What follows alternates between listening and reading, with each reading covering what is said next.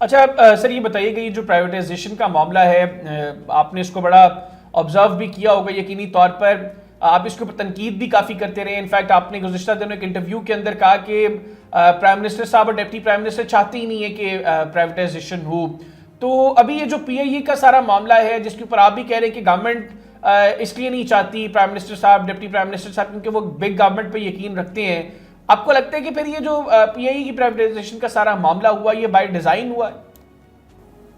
जी, मैं गुजारिश ये करूं कि ये बिल्कुल तनकीद नहीं है शहबाज साहब की या डिप्टी प्राइम मिनिस्टर साहब की।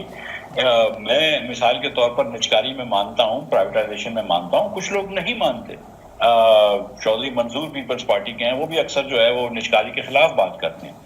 इसी तरह डार साहब और शहबाज साहब का एक तारीख है, एक रिकॉर्ड है, जिसके अंदर आप देखें कि कभी भी निजकारी की तरफ नहीं आए। और शहबाज साहब तो खैर सूबे में थे, मगर डार साहब को जब मौका भी मिला है और बहुत मौके मिले हैं तो कभी निजकारी की तरफ नहीं गए। तो निजकारी को ना मानना कोई क्रिटिसिज्म नहीं है, एक डिफरेंट पॉइंट ऑफ व्यू, उनका निजकारी का कोई इरादा नहीं था। और जब आप देखते हैं पीछे अब हाइंडसाइट के अंदर इन चीजों को, तो आप देखते हैं कि एक ब्लू वर्ल्ड जो कि वैसे प्री क्वालिफाई भी नहीं होती, आपने जेरीज इंटरनेशनल को प्री क्वालिफाई नहीं किया लेकिन ब्लू वर्ल्ड को कर लिया। उसने कोई एविएशन एक्सपर्ट नहीं रखा, ना उसने सीरियसली ड्यू डिलिजेंस करी, और आखिरी दिन तक उसको आपने रहने दिया। और उसने बेचारे ने 50 करोड़ रुपए इनके कहने पे जमा करवा दी और एक 10 बिलियन की बिड दे दी, ताकि ये ना लगे कि हमने सबको भगा दिया, क्योंकि जो चारों सीरियस बायर्स थे उनको तो आपने भगा दिया। माफ कीजिएगा सर आपकी बात काट रहा हूं, लेकिन मसला ये है कि आप एक तरफ कह रहे हैं कि तनकीद नहीं है, दूसरी जाने ब्लू वर्ल्ड सिटी की अगर बात करें वो भी ये कह रहे हैं कि हुकूमत ने बार बार हमें ये तासुर दिया कि हम प्राइवेटाइजेशन करना चाहते हैं, हमें बार बार बताया गया प्राइवेटाइजेशन हो रही है। इनफैक्ट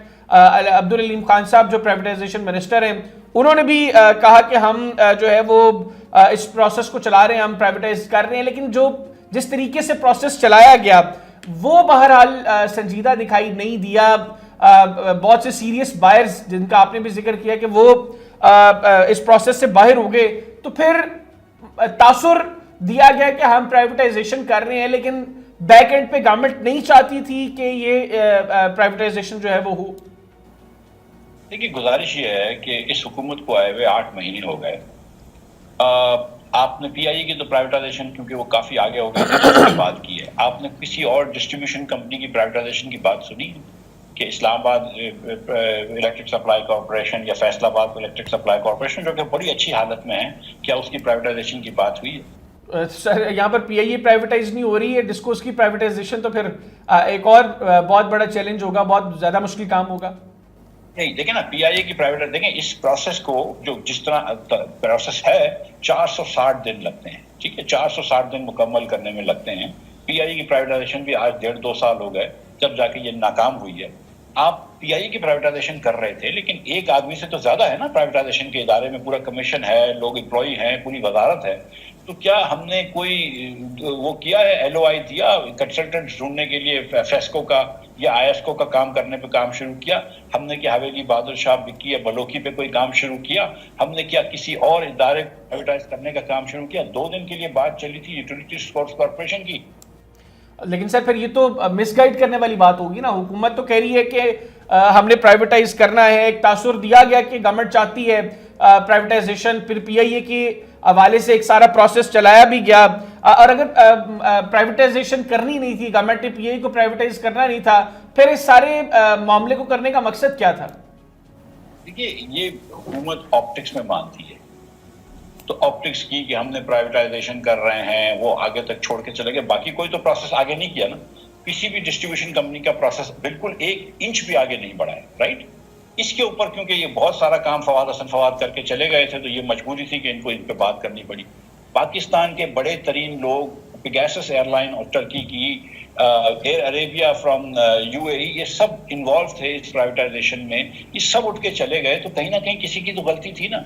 अब इनको ये क्या नहीं समझ में आती है कि आपने एक बैलेंस शीट दी है जिसमें 45 अरब रुपया जो है वो वाजबात ज्यादा हैं असासे से, और आपने जो है वो 22 अरब रुपया उसके अंदर उसके थे सिविल एविएशन के कुछ टैक्सेस थे जो कि पीआईए नहीं दे रही थी, लेकिन प्राइवेट सेक्टर को पहले दिन देने पड़ेंगे। कि आपको ये बात नहीं पता थी जो डिफरेंट ये लोग बातें कर रहे थे कि तो इनको, अगर ये सीरियस होते, मैं सीरियसली, अगर ये सीरियस होते तो ये पीआईए इस साल 100 अरब रुपए के ऊपर नुकसान करेगी। तो ये हमारी जिम्मेवारी है ना। तो अगर हम 10 अरब में भी दे देते मिसाल के तौर पे 85 की जगह, तो फिर भी we would have been net better off, क्योंकि नहीं तो अगले साल का नुकसान तो हमारे ऊपर बर्दाश्त करना है। और ये जिसको आप ऊपर लेकर चले, ये नजर आ जाता है ना कि ये तो सीरियस ही नहीं थे। ये ब्लू वर्ल्ड वाले तो बेचारे अच्छे लोग होंगे लेकिन सीरियस नहीं थे। इनको तो मेरे ख्याल से कहा गया कि यार तुम रह जाना भाई, ताकि कोई एक तो रहे, ताकि हमको हमारे ऊपर इल्जाम तराशी ना हो। वरना इनका क्या सीरियसनेस था? वरना तो ये 4 महीने पहले आप किसी अखबार में देखती ना कि ये इस्लामाबाद इलेक्ट्रिक सप्लाई को प्राइवेटाइज कर रहे होते या फैसलाबाद इलेक्ट्रिक सप्लाई को प्राइवेटाइज कर रहे होते, कोई बात करते या सुई गैस को प्राइवेटाइज कर रहे होते,